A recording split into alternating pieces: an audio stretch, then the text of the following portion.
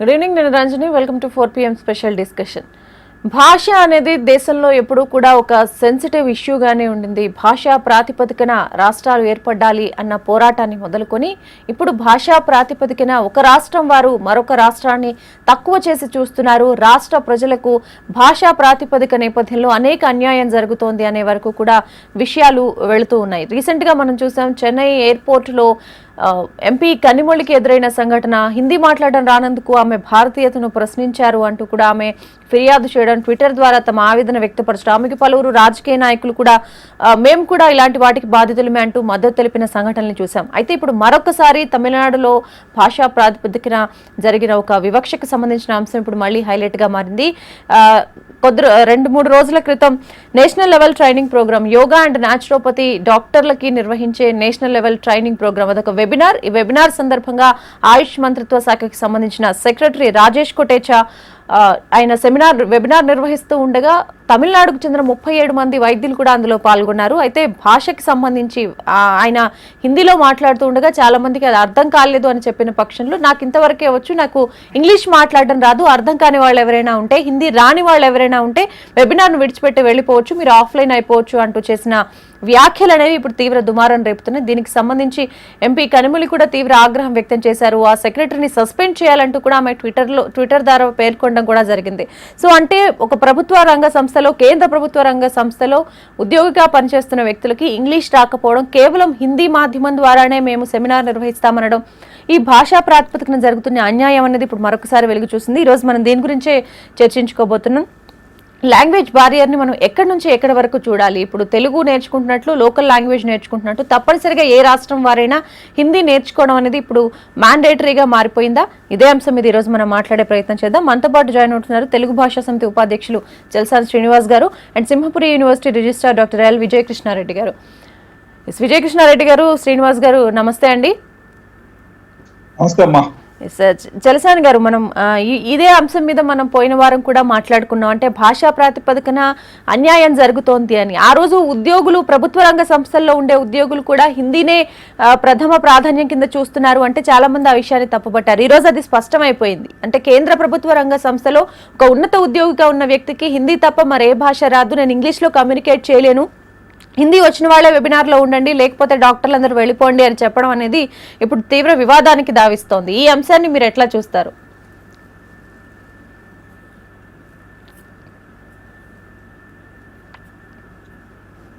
శ్రీనివాస్ గారు.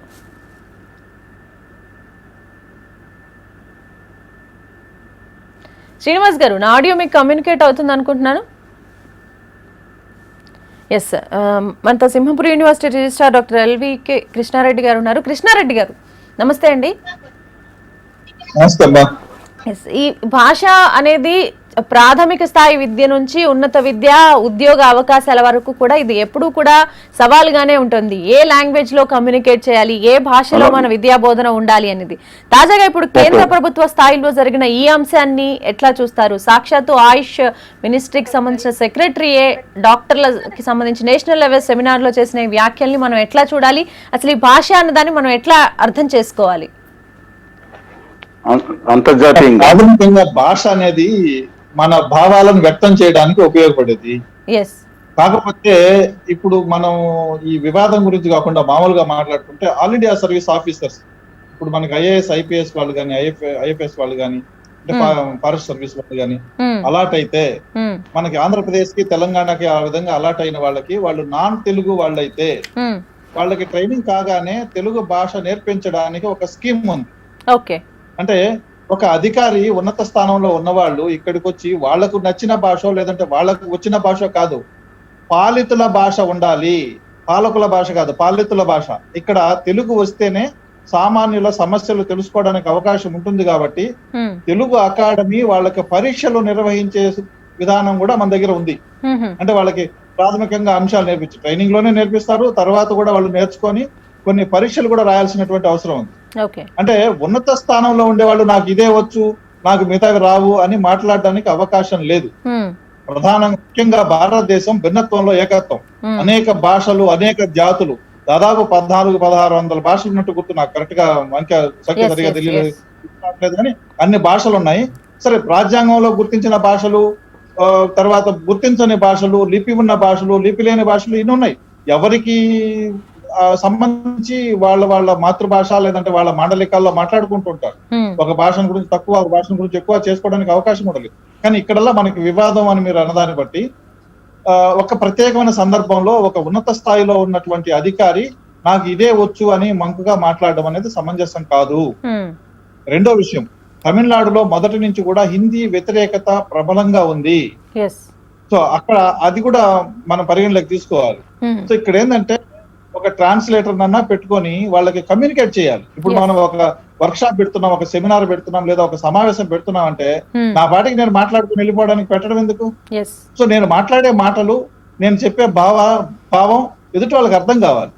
సో అక్కడ ఈ లాంగ్వేజ్ ప్రాబ్లం ఉంది అని అనుకుంటే ఒక మీ ట్రాన్స్లేటర్ ని పెట్టుకొని ట్రాన్స్లేట్ చేయించుకోవాలి. ఇప్పుడు రాజకీయ నాయకులు చెప్తారు, ప్రధానమంత్రి వస్తారు, ఆయన తెలుగు రాదు. సో ఇక్కడ ఉన్నటువంటి ఆ పార్టీ నాయకులు కానీ, ఒక అధికారిక కార్యక్రమం అయితే అధికారులు, రాజకీయ కార్యక్రమం అయితే పార్టీ నాయకులు ఎవరో ఒకరు ట్రాన్స్లేట్ చేస్తున్నారు. సో అదే రకంగా కేంద్ర స్థాయిలో ఉన్న అధికారి వచ్చినప్పుడు కూడా ఆ రాష్ట్రానికి సంబంధించిన వాళ్ళ లేకపోతే పక్క వాళ్ళ ఎవరో ఒకరు ఆ బాధ్యత నిర్వర్తించి ఉంటే వివాదం అయ్యేది కాదు. శ్రీనివాస్ గారు, ఇదే అంశం మీద మీరేం చెప్తారు? అంటే ఇప్పుడు హిందీ ఇంపోజిషన్ అనేది ఏ రకంగా అయితే మన మీద మిగతా దక్షిణాది రాష్ట్రాల మీద రుద్దబడుతుందో, రీజనల్ లాంగ్వేజ్ తో పాటు మనం కూడా హిందీ నేర్చుకోవాలని చెప్తున్నారు.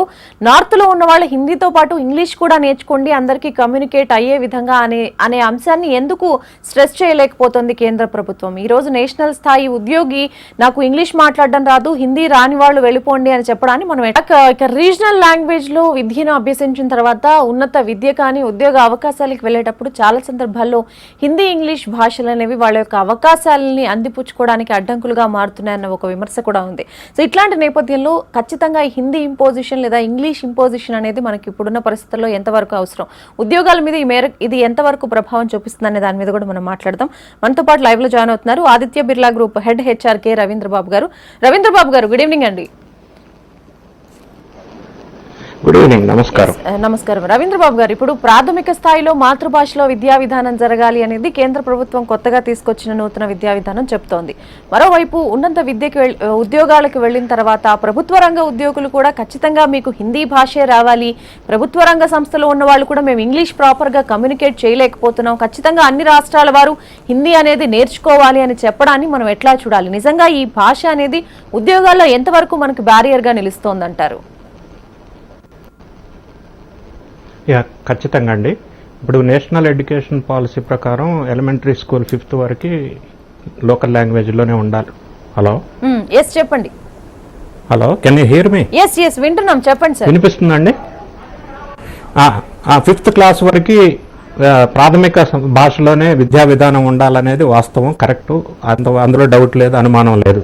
కానీ ఎడ్యుకేషన్ స్థాయి పెరిగే కొంది అది హై స్కూల్ లెవెల్ కానీ, కాలేజీ లెవెల్ కానీ, ప్రొఫెషనల్ కోర్సెస్ కానీ వెళ్ళేటప్పుడు, చదువుకునేటప్పుడు, హైయర్ ఎడ్యుకేషన్కి వచ్చినప్పుడు ఇంగ్లీషు, హిందీ ఒకవేళ మనం నేర్చుకోలేకపోతే ప్రొఫెషనల్గా ఎదగటం అనేది చాలా కష్టం.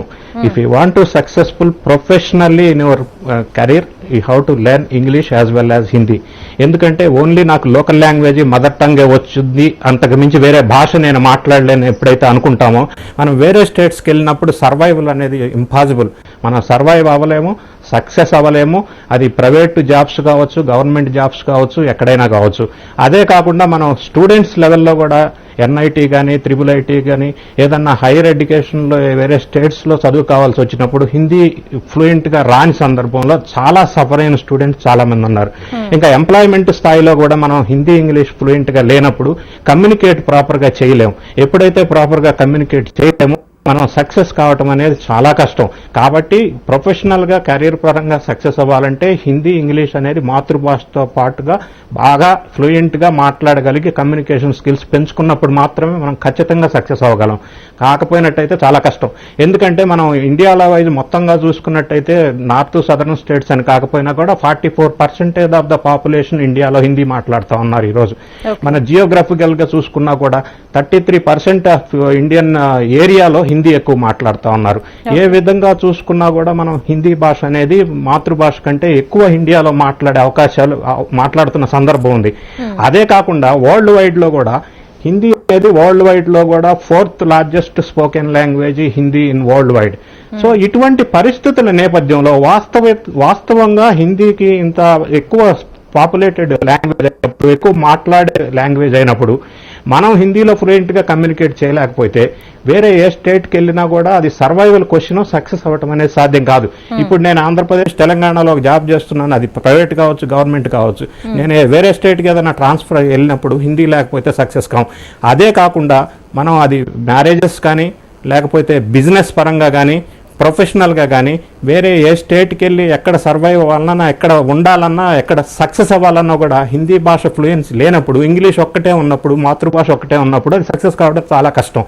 ఇదైతే వాస్తవం, అందులో అనుమానం లేదు, డౌటే లేదు. ఓకే, అంటే రీజనల్ లాంగ్వేజ్ తో పాటు ఇంగ్లీష్ మీద పట్టున్నప్పటికీ కూడా హిందీ లేకపోతే మనం నెగ్గుకు రావడం కష్టం అంటారు. ఎందుకు అంటున్నానంటే, సపోజ్ ఇప్పుడు మనం ఎక్కడో వద్దు, ఇక్కడ మనం లోకల్ గా హైదరాబాద్ లోనే తీసుకున్నాం. ఏ కిరాణా షాప్ వెండర్ కానీ, లేకపోతే బిజినెస్ పరంగా ఎక్కడన్నా దుకాణంలోకి వెళ్ళినా, షాప్కి వెళ్ళినా, ఇన్స్టిట్యూషన్స్కి వెళ్ళినా, వేరే స్టేట్స్ వాళ్ళు చాలా మంది ఇక్కడ చిన్న స్థాయి అఫీషియల్స్ నేను అంటలేదు, చిన్న స్థాయిలో కూడా ఈ వర్క్మెన్ కేటగిరీ కానీ, లో క్యాస్ట్ ఎంప్లాయీస్ కానీ హిందీ మాట్లాడతారు కానీ ఇంగ్లీష్ మాట్లాడే అవకాశాలు లేవు. కాబట్టి మనం హిందీ నేర్చుకొని హిందీలో కమ్యూనికేట్ చేయలేకపోయినప్పుడు అది ప్రొఫెషన్లోనే కాదు, నార్మల్ లైఫ్లో కూడా చాలా కష్టమైన పరిస్థితి, అందులో అనుమానం లేదు. ఎస్ విజయ కృష్ణారెడ్డి గారు, ఇప్పుడు రవీంద్రబాబు గారు చెప్పిన పాయింట్ వ్యాలిడ్ పాయింటే. మనం రీజనల్ లాంగ్వేజ్తో పాటు ఇంగ్లీష్ నేర్చుకున్న చిన్న మధ్యతరగతి స్థాయి వర్తక వ్యాపారాల దగ్గర రీజనల్ లాంగ్వేజ్గా వాళ్ళకి ఇంగ్లీష్ రావచ్చు, రాకపోవచ్చు, సో హిందీతోటే మేనేజ్ చేయాలి అని. కానీ ఒక కేంద్ర స్థాయి వ్యక్తి, ఒక ఆయుష్ మంత్రిత్వ శాఖకి సెక్రటరీగా ఉన్న వ్యక్తి, 300 మంది డాక్టర్లతో నేషనల్ వైడ్గా వెబినార్ నిర్వహిస్తున్న వ్యక్తి నాకు ఇంగ్లీష్ రాదు అని చెప్పడం అనేది, దాన్ని మనం ఎట్లా చూడాలి? అంటే ఒక నేషనల్ కేటగిరీ లెవెల్ ఎగ్జామ్స్ లో ఇంగ్లీష్ అనేది హిందీ మ్యాండేటరీ అవుతుంది కానీ ఇంగ్లీష్ ని మ్యాండేటరీ లాంగ్వేజ్ కింద తీసుకోవట్లేదా? ఎలాగో వాళ్ళు రీజనల్ లాంగ్వేజ్ నేర్చుకోలేరు, ఉన్న రాష్ట్రాలు అన్ని భాషలు నేర్చుకోవడం సాధ్యం కానప్పుడు అట్లీస్ట్ ఇంగ్లీష్ తో మేనేజ్ చేయడం అనేది ఇంపార్టెంట్ కదా. కేంద్ర స్థాయిలో ఉన్న అధికారికి నేషనల్ లాంగ్వేజ్ తెలిసి ఉండాలి, దాంట్లో కమ్యూనికేట్ చేసి ఉండాలి, ఇక్కడ ఉన్న వాళ్ళు ఉండాలి కదా అనేది ఒక డిబేటబుల్ పాయింట్. కాబట్టి నేను ఏం చెప్తున్నానంటే, ఆ అధికారి ఇక్కడ ఉన్న డాక్టర్లకి కమ్యూనికేట్ చేయాలి. అది వెబినార్ లోనా, ఫేస్ టు ఫేస్ ఏదైనా కావచ్చు. సో కమ్యూనికేట్ కావట్లేదు, వీళ్ళు హిందీ రాదు అన్న తర్వాత మీకు ఉంటే ఉండండి లేకపోతే వెళ్ళిపోవండి అని చెప్పడం అనేది కరెక్ట్ కాదు. ఆయన ఇంగ్లీష్ రాదు అని చెప్పడం కూడా కరెక్ట్ కాదు. ఇంగ్లీష్ లో మాట్లాడగలిగిన పరిస్థితి ఉండాలి. లేదు వీళ్ళకి తమిళ్లోనో లేకపోతే ఇంగ్లీష్ లోకో ట్రాన్స్లేట్ చేయించే ఏర్పాటైనా చేసి ఉండాలి. అంటే ఇంగ్లీష్ సెంట్రల్ లో ఒక సెక్రటరీ క్యాడర్ లో ఉన్న అధికారికి ఇంగ్లీష్ రాదని చెప్తే నమ్మడానికి చాలా అసమంజసంగా కూడా ఉంటది. మా హిందీ మాత్రమే వచ్చు అని చెప్పడం అనేది ఒక కీలకమైన స్థాయిలో ఏ అధికారి అయినా సరే. అంటే ఆడియన్స్ ని బట్టి మార్చుకోవాల్సినటువంటి అవసరం కూడా ఉంది. సో ఇక్కడ audience Tamil mother tongue plus doctors కాబట్టి వాళ్ళకి ఇంగ్లీష్ ఖచ్చితంగా వచ్చి ఉంటది, ఇంగ్లీష్. సో ఆఫీసరు ఇంగ్లీష్ లోనే చెప్పి ఉండాలి, హిందీలో చెప్తాను మీరు అర్థం చేసుకోవాల్సిందే అనేటటువంటి అదేమంటారు మంకు అని, ఆ రకమైనటువంటి భావన కరెక్ట్ కాదు. అయితే రవీంద్ర గారు చెప్పినటువంటి పాయింట్, ఎక్కడైనా సక్సెస్ కావాలి అని అంటే మనకి చేతిలో విద్య ఉండాలి. విద్య చదువని కాదు, కమ్యూనికేషన్ స్కిల్స్ తో పాటు ఎఫెక్టివ్ గా కమ్యూనికేట్ చేయగలిగినటువంటి కెపాసిటీతో పాటు లాంగ్వేజ్ మీద కమాండ్ కూడా. అది ఏ ప్రాంతానికి వెళితే ఆ ప్రాంతానికి సంబంధించిన లాంగ్వేజ్ తెలిస్తే చాలా బాగా మనం మింగిల్ అవ్వగలుగుతాము, ఈవెన్ సక్సెస్ అయ్యి రాగలుగుతాం. అది లేదనుకోండి, మూగ భాషలాగా మాట్లాడుకునే పరిస్థితి వస్తే సక్సెస్ కావడం అనేది కష్టంగా ఉంటుంది. అంటే ఇప్పుడు మనం వే బ్యాక్ మాతృభాష అని మనం అంటున్నాం, మనం మాతృభాషను తక్కువ చేయాల్సిన అవసరం కూడా లేదు, ఖచ్చితంగా అందుకు మాతృభాష నేర్చుకోవాల్సిందే. కానీ వే బ్యాక్ ఒక 30-40 ఇయర్స్ బ్యాక్ ఒక ప్రాంతం నుంచి సుదూరమైనటువంటి ప్రాంతాలకు వెళ్ళి ఉద్యోగాలు చేసే వారి సంఖ్య 0.1% అంతా ఉండేది. అప్పట్లో మాతృభాష చదువుకొని టీచర్లుగా లేదంటే స్థానికంగా పోలీస్ డిపార్ట్మెంట్ ఇంకోటి ఇట్లా చిన్న డిపార్ట్మెంట్స్ లో అక్కడక్కడే ఉండేవాళ్ళు 0.1% ఇప్పుడు వాళ్ళు మాత్రమే ఆల్ ఇండియా సర్వీస్ కావచ్చు లేదంటే వేరే ప్రాంతాలకు వెళ్ళి మైగ్రేట్ అయ్యి ఉద్యోగాలు చేయాల్సినటువంటి అవసరం. ఇవాళ పరిస్థితి కాదు. గ్లోబలైజేషన్ వచ్చిన తర్వాత ప్రపంచ వ్యాప్తంగా అన్ని ప్రదేశాలకి, అన్ని దేశాలకి, అన్ని ప్రాంతాలకి, అన్ని ఖండాలకి వెళ్తున్నటువంటి పరిస్థితి. అదే స్థితిలో దేశంలోని పలు ప్రాంతాలకు వెళ్లాల్సినటువంటి పరిస్థితి ఉంది. ఇప్పుడు 1వ తరగతి నుంచి 5వ తరగతి వరకు తెలుగే చదువుకొని ఏబిసిడీలు కూడా రాకపోతే ఒకటేసారి 6వ తరగతిలోకి వస్తే ఇంగ్లీషో లేకపోతే హిందీనో నేర్పించడం అనేది ఇబ్బందికరమైన పరిస్థితి. ఇప్పుడు మా జనరేషన్ ఉంది, మేమంతా 6వ తరగతి పోయిన తర్వాత ఏబిసిడీలు నేర్పించారు. అందుకనే 10వ తరగతిలో కానీ ఇంటర్మీడియట్ లో కానీ కొంత మెచ్యూరిటీ వచ్చిన తర్వాత వీళ్ళంటి ఇంగ్లీష్ కొంచెం మాట్లాడగలుగుతున్నాం, చేయగలుగుతున్నాం. కానీ 10వ తరగతి ఇంటర్మీడియట్ పరీక్షలప్పుడు కంటదా పెట్టి బట్టి పెడతారంటే ఆ రకమైనటువంటి బట్టి పెట్టి 10 పరీక్షల్లో, 15 పరీక్షల్లో, 12 పరీక్షల్లో చదువుకొని పరీక్షలు రాసినటువంటి దుస్థితి. సో కమ్యూనికేట్ చేయాలంటే కొంత భయం, ఫియర్ కూడా ఉండేది. తర్వాత కొంతమందికి అది ఫియర్ కంటిన్యూ అవుతుంటది, కొంతమంది పోగొట్టుకొని డెవలప్ అవుతుంటది. కానీ ఇక్కడ ఏమంటామంటే కేంద్ర ప్రభుత్వం పాలసీని నేను కొంచెం చేంజ్ అవసరమా అని అంటున్నాను. మాతృభాష నేర్చుకోవాలి, కానీ మిగతా జాతీయ భాష కానీ ఇంగ్లీష్ లో కానీ చదువుకోవాల్సినటువంటి అవసరం చిన్నతనం నుంచి వస్తేనే వాళ్ళకి ఎఫెక్టివ్ గా చదువుకోవడానికి అవకాశం ఉంటది. మొక్కయ్య వందనది మానవ వందన అని ఉంది మనకి. 1వ తరగతి నుంచి ఇప్పుడైతే ప్రీ స్కూల్, ఎల్కేజీ, యూకేజీ లేదా అంగన్వాడీ ఏదైనా కావచ్చు, అక్కడి నుంచి తెలుగు 5వ తరగతి అయిపోయే వరకు. ఒక్కసారిగా 6th క్లాస్ లోకి వెళ్ళంగానే ఇంగ్లీష్ అంటే ఎంత ఇబ్బంది పడతాడు విద్యార్థి. సో ఆ నూతన విద్యా పాలసీలో కూడా, ఎడ్యుకేషన్ పాలసీలో కూడా చిన్న మార్పు అవసరము అని నేనైతే వ్యక్తిగతంగా ఫీల్ అవుతున్నా. ఎందుకంటే ఇంగ్లీష్ మీడియం లో చదువుకుంటేనే బాగా రాణించగలుగుతాము, ఉపాధి అవకాశాలు ఎక్కువగా ఉంటాయి అనేది మనం అందరం మాట్లాడుకుంటున్న సమయంలో వాళ్ళకి అటు ఇంగ్లీషు రాక ఇటు తెలుగు రాక, ఇప్పుడు మీరు చూడండి మన విద్యార్థులు వాళ్ళని తక్కువ చేసి మాట్లాడడం నా ఉద్దేశం కాదు, కానీ డిగ్రీ కానీ ఇంజనీరింగ్ కానీ ఇంకో కోర్స్ కానీ పూర్తి చేసిన తర్వాత they are not in a position to write in English or in Telugu. They don't know both the languages perfectly. So ఈ రకమైనటువంటి పరిస్థితి ఉండకుండా ఉండాలి అని అంటే మాతృభాషను నేర్పుతూనే ఉండాలి. మాతృభాష ఒక సబ్జెక్ట్ గా మన ఆంధ్రప్రదేశ్ ప్రభుత్వం పెట్టింది, ఖచ్చితంగా సబ్జెక్ట్ చదవాల్సిందని. సో ఆ భాష మీద పట్టు సాధించడానికి ఒక పక్క కృషి చేస్తూనే ఆంగ్లము ఇది చదువుకుంటే కొంచెం మెరుగ్గా ఉండే అవకాశం ఉంటది. అవసరమైతే ఇప్పుడు కేంద్ర ప్రభుత్వం ఆ పాలసీ తీసుకొచ్చింది, చిన్న చిన్న మార్పులు చేసుకోవడంలో పెద్ద ఇబ్బంది ఉండదు. ఆ రకమైనటువంటి పరిస్థితి రావాలి తప్ప అదే త్రిభాషా సూత్రం అని ఇది నేర్చుకొని అంటే వీళ్ళు దేనికి రెంటికి చెడ్డ రేవడి కాకినాడక అంశం పోయినట్టు అందంగా తయారైపోతే తర్వాత భవిష్యత్తులో ఇబ్బంది అవుతుంది. కాబట్టి ఇప్పుడు మీరు ఒక అధికారి గురించి చెప్తున్నాం చూడండి, మనం ఇంతసేపు డిబేట్ చేస్తున్నాం. ఒక అధికారి చేసినటువంటి పొరపాట, గ్రహపాట ఏదైనా కావచ్చు, ఆయన ఇంగ్లీష్ రాదు అనటము మంక, లేకపోతే నిజంగానే రాదా, నిజంగా రాకపోతే చాలా వేదన పడాల్సినటువంటి అవసరం ఉంది. వచ్చి కూడా రాదు అయితే ఆయన మీద ప్రభుత్వం చర్య తీసుకోవాల్సిన అవసరం కూడా ఉంది. మనతో పాటు లైవ్ లో జాయిన్ అవుతున్నారు కళా గౌతమి సంస్థ అధ్యక్షులు రాజమండ్రి నుంచి బివిఎస్ మూర్తి గారు. మూర్తి గారు నమస్తే అండి. భాషకి సంబంధించి ఎప్పుడు ఏ అంశం రేగినా కూడా అది ఖచ్చితంగా, అంటే అది మంచికో చెడుకో తెలియదు కానీ ఖచ్చితంగా అది తమిళనాడు కేంద్రంగానే విషయాలు అనేవి ఎప్పుడు జరుగుతూ ఉంటాయి. అంటే ఆ రాష్ట్ర ప్రజలు మేము మా భాషకి అంత ప్రాధాన్యత ఇస్తాము అని చెప్తూనే ఇప్పుడు వాళ్ళు ఏదైతే హిందీ ఇంపోజిషన్ అని మాట్లాడుతున్నారో మిగతా రాష్ట్రాల వాళ్ళు అక్కడికి వెళ్ళినా వాళ్ళు ఖచ్చితంగా తమిళ్లోనే కమ్యూనికేట్ చేస్తారు. వాళ్ళతో మాట్లాడాలంటే మనకి వేరే భాష ఉండదు, వాళ్ళు కూడా తమిళంలో మాట్లాడటానికే ప్రాధాన్యత ఇస్తారు. అసలు ఈ భాష అన్న అంశం చాలా సున్నితమైనది, కానీ అదే ఇప్పుడు చాలా ఇంపార్టెంట్ అయిన విషయం.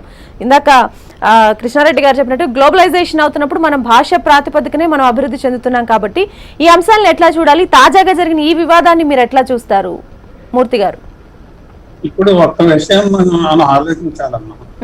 ఇప్పుడు నార్త్ ఇండియాలో కాన్పూర్ కానీ ఖర్గపూర్ కానీ ఐఐటికి మన వాళ్ళు చదువుకుందుకు పెడితే అక్కడ వాళ్ళకంటే మన వాళ్ళే బెటర్ గా రిజల్ట్స్ వస్తున్నాయి.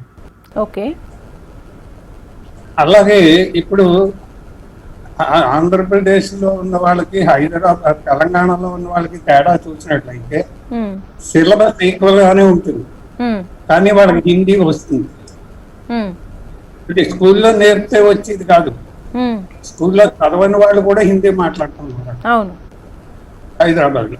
అంటే ఏమిటన్నమాట, అవసరం అనేది భాషను నేర్పుతూ. అంటే మన వాళ్ళు ఇప్పుడు ఓఎన్జీసీలో పనిచేసే వాళ్ళు నార్త్ ఇండియాలో పనిచేస్తూ ఉంటే ఈవెన్ అన్ఎడ్యుకేటెడ్ అయినటువంటి లేడీస్ కూడా శుభ్రంగా హాయిగా వెళ్ళి మార్కెట్ లో హిందీ మాట్లాడి వాళ్ళ పనులు వాళ్ళు చేసుకొస్తున్నారు. అంచేత భాష అనేది అవసరం, అనుమానం లేదు. కానీ ఇప్పుడు ఆయన నేను హిందీలోనే చెప్తాను ఇంగ్లీష్ రాదు అన్నాడంటే హిందీని ఎంత బలవంతంగా రుద్దాలని ప్రయత్నం చేస్తున్నారో మనకు అర్థమవుతాం. ఎస్. అంచేత హిందీ అవసరమే, నేను కాదంటే హిందీ వద్దని నేను అన్నాను. కానీ హిందీ కోసం అని చెప్పి ఇంగ్లీష్ కోసం అని చెప్పి ఈ రెండు పెట్టడం వల్ల మాతృభాష ఏమవుతుందంటే ఒక విధమైనటువంటి వెనకబడిన స్థితికి వచ్చేస్తుంది. అంటే వచ్చేటప్పటికి ఆయన ఇందాక చెప్పినట్లుగా వాళ్ళకి ఏ భాష మీద పట్టు లేకుండా పోయి చివరికి వాళ్ళు ఎందుకు పనికి రాకుండా ఏ భాష రాని వాళ్ళగా మిగిలిపోతూ ఉంటారు. అంటే ముందు మాతృభాష మీద పట్టున్నట్లయితే వాళ్ళు ఏ భాష అయినా నేర్చుకోగలుగుతారు. పివి నరసింహరావు గారు 14 భాషలు నేర్చుకున్నాడంటే ఆయన స్కూల్కి వెళ్ళి నేర్చుకున్నాడు ఆ 14 భాషలను? లేదు కదా. అవసరం నేర్పుతూ ఉంటుంది. అంచేత తప్పకుండా మాతృభాషలోనే ప్రధానంగా విద్యాబోధన జరగాలి. ఆ తర్వాతే మనం మిగతా భాషల మీద ప్రాధాన్యత చూపించాలి. ఇంకో రెండో పాయింట్ ఏమొస్తుందంటే అమ్మా, హిందీ కనుక ప్రాధాన్యంగా చెప్పినట్లయితే ఇవాళ బాగానే చెప్తారు, రేపు నేషనల్ వైడ్ కాంపిటేటివ్ ఎగ్జామినేషన్స్ వచ్చేప్పుడు హిందీలో పెడతా ఉంటారు. అప్పుడు హిందీ మాతృభాషగా ఉన్న వాళ్ళతో మన వాళ్ళు పోటీ పడగలరా అనేది మనం బాగా ఆలోచించాలి ఈ విషయాన్ని. ఆ విధంగా ఏంటంటే ఇప్పటికే మనం ఉత్తర భారతదేశం దక్షిణ భారతదేశం మీద అధికారం చూపుతోంది అనేటువంటి భావాలు ఉన్నటువంటి రోజుల్లో రేపు భాష కూడా ఉత్తరాది భాష కింద చలామణి అవుతున్న హిందీని దక్షిణాది మీద రుద్దినట్లయితే అప్పుడు ప్రజలు ఏమైపోతారంటే నేషనల్ వైడ్ ఉద్యోగాల్లో వెనకబడిపోవాల్సిన అవసరం వస్తుంది. అంచేత మనకి ఉమ్మడిగా వాళ్ళకి కష్టమైనటువంటి ఇంగ్లీష్, మనకి కష్టమైనటువంటి ఇంగ్లీష్, అందరికీ ఒకటే భాష ఉన్నట్లయితే అందులో ప్రావీణ్యం అందరికీ సమానంగా ఉండాలి. అంతేగాని వాళ్ళకి మాతృభాషను తీసుకొచ్చి మనకేమో పెట్టి మనం వాళ్ళతో పోటీ పడాలంటే స్థానికుడితో పొరుగు నుంచి వచ్చిన వాడి పోటీ పడడంలో ఉంటుంది. అంచేత హిందీ అవసరమైన విషయంలో అభ్యంతరం లేదు, కానీ మాతృభాష మాత్రం కనీసం 5వ తరగతి వరకు తప్పకుండా చదవాలి, చదివించాలి.